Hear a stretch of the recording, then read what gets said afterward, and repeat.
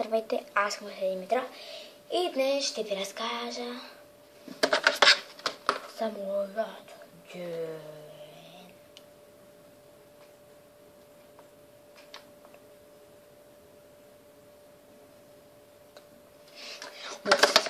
Така, деня започва, когато стана в 9 часа.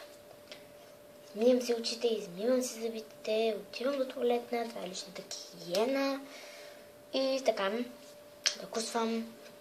След това хождам кучето ми Роки, после си пиша домашните, 1:15 излизам, отивам на училище, връщам се в 5:40 и излизам в парка с приятели.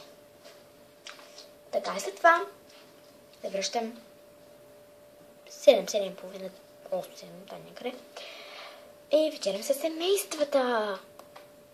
Не е толкова хубаво. И след това идвам тук. Обикновено по това време правя клипчета. Мия си тялото. И ще се лягам.